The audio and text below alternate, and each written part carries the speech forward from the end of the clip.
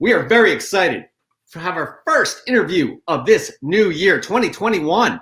An amazing comic book shop called State of Comics in Michigan, right outside, I believe is Ann Arbor, right outside of Detroit.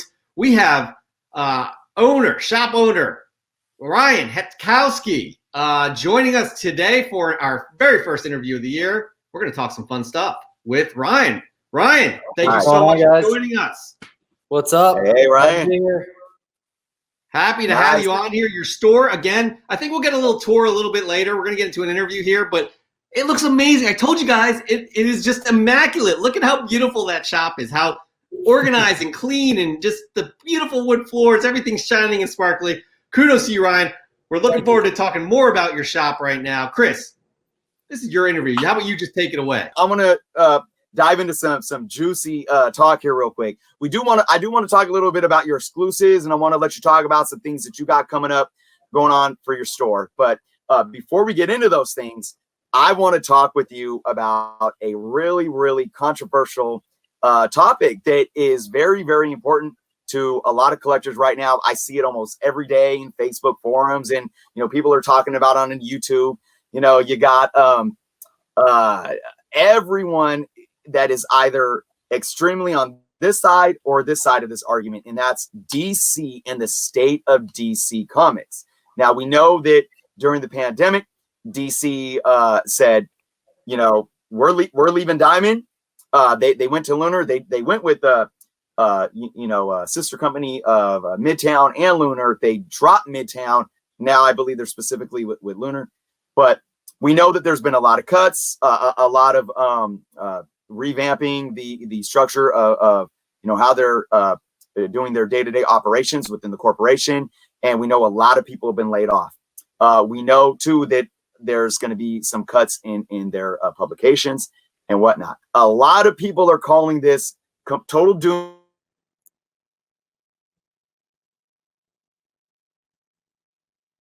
All right. I think I'll finish this sentence right here. A lot of people are calling it total doom and gloom.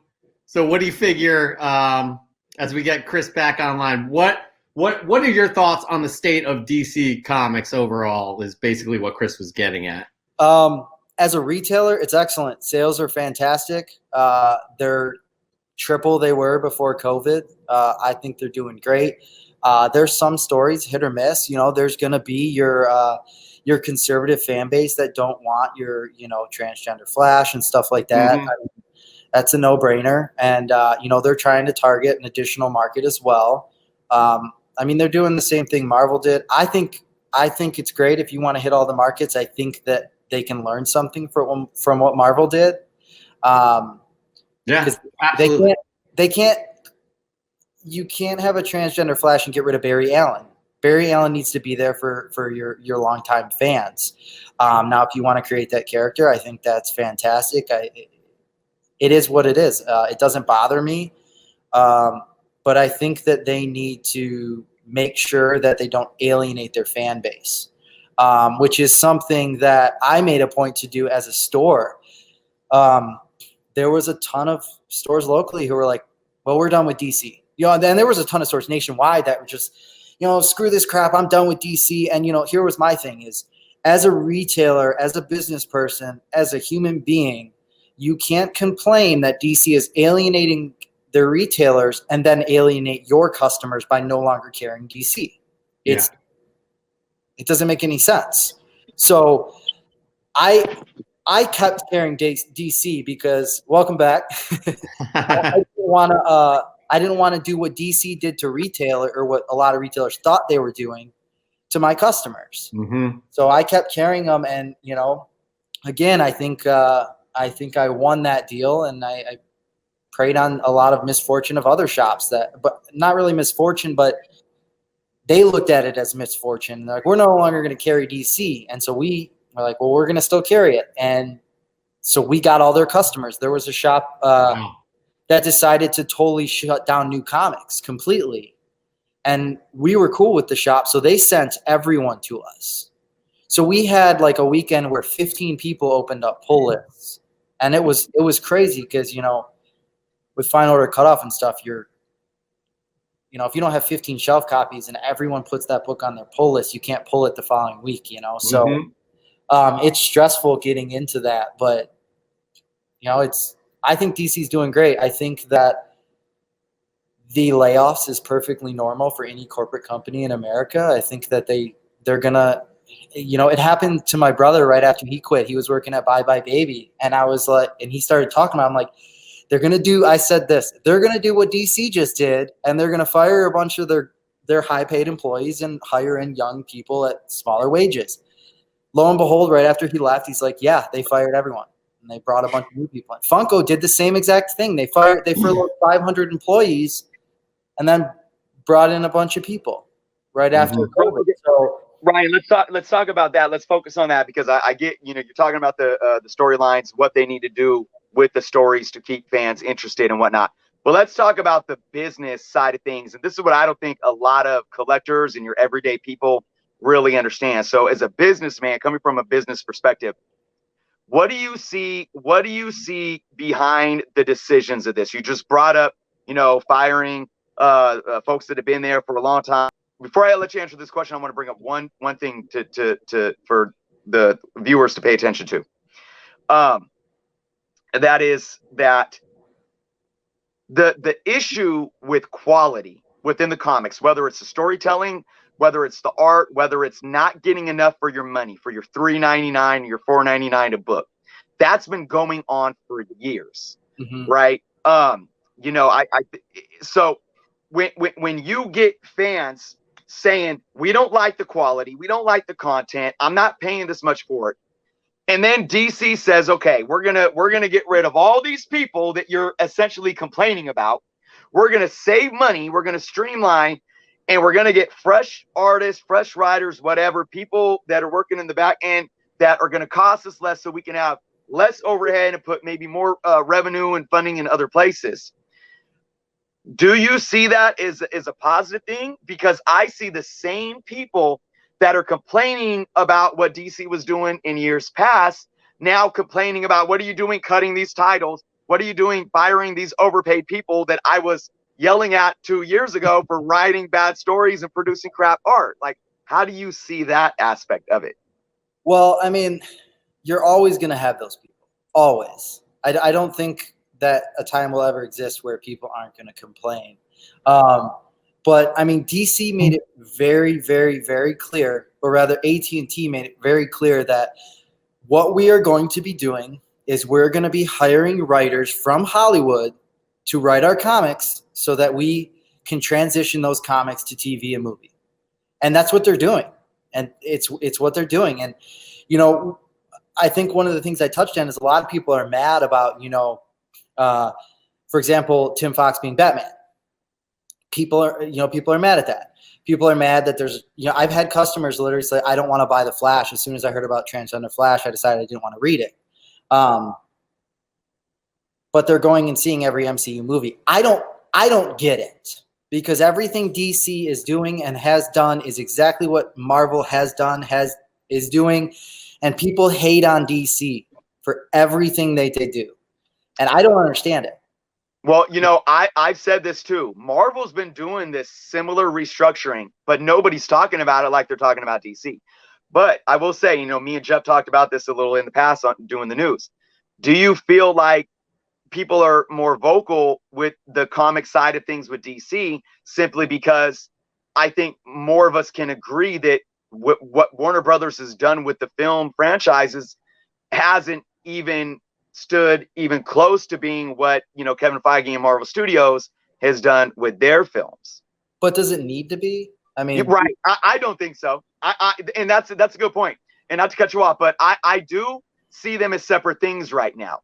So I guess the question is: are people looking at their disappointment with the DCEU and the films, and then seeing what DC's doing in the comic book side of it, and then just kind of carrying that over and allowing it to tarnish, this angry, upset, kind of jump to conclusions things with what's going on in their decision making with the comics? Because to be honest, and I'll let you jump back in here, I actually think it's going to be a bit of a longer process, but I actually think the restructuring that under AT&T, what they're doing with the comic books, I think that's eventually going to trickle in to Warner Brothers, DCEU, or film franchises, and it's eventually going to help them be more consistent and have better quality films produced.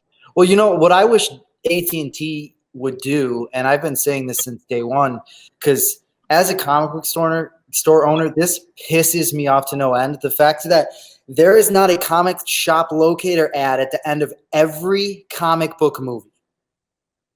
There should be a comic shop locator ad at every single movie, because I understand that these companies want to make money, and when you're making a movie, you're making billions of dollars. When you're making comics, you're not. But fundamentally, we should be pushing the youth towards the comics, not to movies, but towards the comics. And I mean, they'll eventually come together. And that was one of the big things that where we are as a business for our location is that we're in a I guess relatively high income area, $80,000-$85,000 average income, and we want, like, I don't target comic book readers.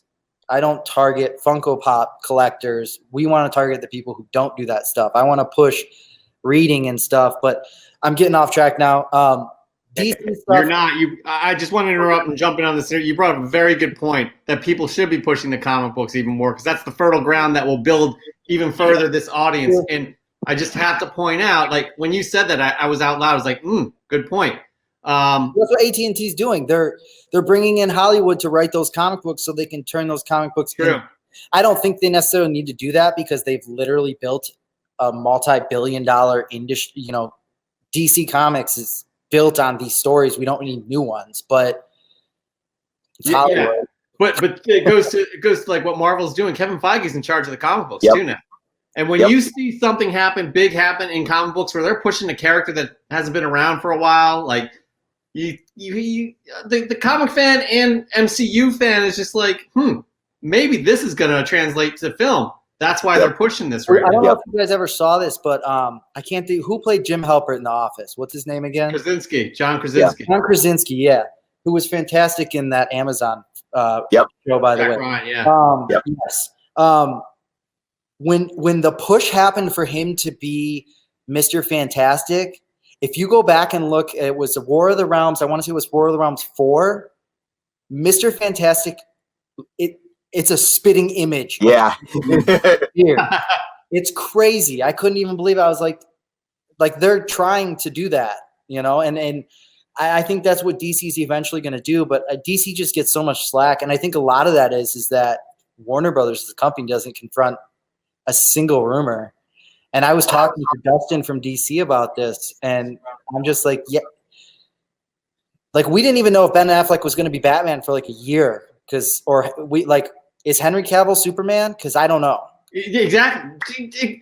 And this goes to exactly what we're talking about in the news. This is how frustrated Chris and I get about the DCEU. We want them to succeed, but they don't have a plan. They don't know what's going on. They are disjointed in every possible way, and they don't communicate. I think it's exactly what you said. They don't communicate. They don't have to tell us everything. They don't have to show us all their cars, but they have to kind of let us know that as fans that there's a plan going on so we can believe in what you're doing. Because, again, I think, too, that a lot of the problem is Kevin Feige kind of set the standard, and I don't think that we need a DCEU the way that we have an MCU. I don't think we need a Batman film, then a Superman film, then a Wonder Woman film, then a Justice League film. I think, like, they can do what they do with the animated films because they're amazing. They can just do a Justice League movie and just do it right. Like, we don't need a Batman backstory. We don't need it anymore. Like, we really don't. And we really don't need a Superman is the oldest superhero in history. Like, we don't need his backstory anymore. We don't need to know that he's an alien that crash landed and all that. Like, we don't. And we don't. Maybe we do need Wonder Woman's because it's not as popular as Batman and Superman, but they could have taken Wonder Woman, the movie, and built on that. Yeah. And didn't. But, you know, I hear you, man. But Hey, let's point out Bishner's comment real quick. We don't need plans. We just need faith. Yeah, I completely true. agree with that right now. just cast the characters and just make a movie. Like we Well- have all the stories. I don't understand why. Like just I don't know, man. Like take Justice League War and just make it live action instead of animation. Like that would be good enough, you know. And they had an opportunity too to do Villains United and restructure everything. It was either Villains United or Day of Vengeance. It's been a while since I've read those two, but they could have done Suicide Squad and made Alexander Luthor Jr. or whatever his name is that played him be Alexander Luthor Jr. pretending to be Lex and introduce Black Adam, who got stabbed in the back, and that could have been Suicide Squad. Would have brought Deathstroke in, and then they could have went into a crisis. They could have went into Flashpoint and reset everything. Like it's all there. They just For don't. sure. That's that discombobulation, man. Let me just ask you, we'll wrap up on DC because I think we got folks that really want to see your store. They want to hear about what's going on with your store. But let me ask you one final question regarding this issue. I think I personally think that the comic book future of DC is going to be more healthy than it's been over the last 10 years. That's my opinion. So let me ask you this final question regarding DC. Where do you see, and we're not talking about anything Warner Brothers is doing or DCEU. We're talking about specifically comic books. Where do you see DC Comics in 5 years? I don't know. I honestly don't know. One of the biggest things with Future State that I think a lot of people overlooked is, I mean, it's just a bundle of speculation. Like they literally just put out 2 months worth of speculation books because you got to realize that at some point in the DC timeline, we're going to hit these spots in Future State. And like even in Dark Detective, for example, which was way too soon to find out that Bruce Wayne's not dead, by the way. Spoiler alert. It tied in directly with what was going on in Detective today. And so, I mean, obviously, like Immortal Wonder Woman, it's going to be a long time before we get there, being that it was set at the end of time. But, you know, some of these other characters, we're going to get there, whether it be a year from now or 5 years from now or 10 years from now, unless DC decides to completely change everything, which is possible. But, you know, we're going to hit those timelines and these things are going to happen. And as long as they can, you know, get good writers, I think they'll be in good shape. And the stuff in March is shaping up to be pretty solid, in my opinion. And you know, what about floppy issues, single issues, trade paperbacks, or digital? Or are we still, you know, 5% of DC sales are digital. That came straight from DC. They're not going digital. They're not going digital.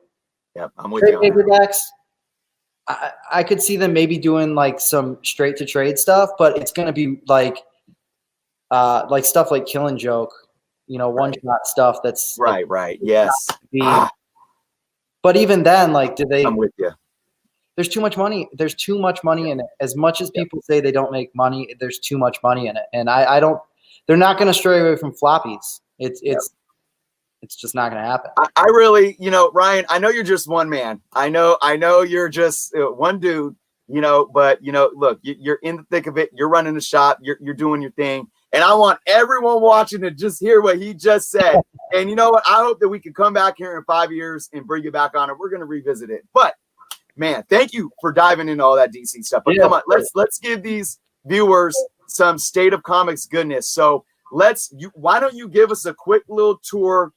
Let us get an idea of what it feels like to be in that amazing 6,500 square foot shop. Once we do that, then we'll talk about some things that they can look out for.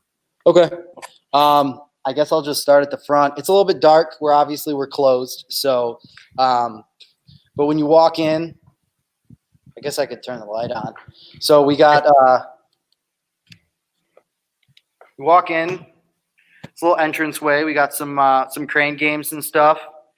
Nothing crazy. This is where the bubble tea spot's going to go in, which is going to be real cool.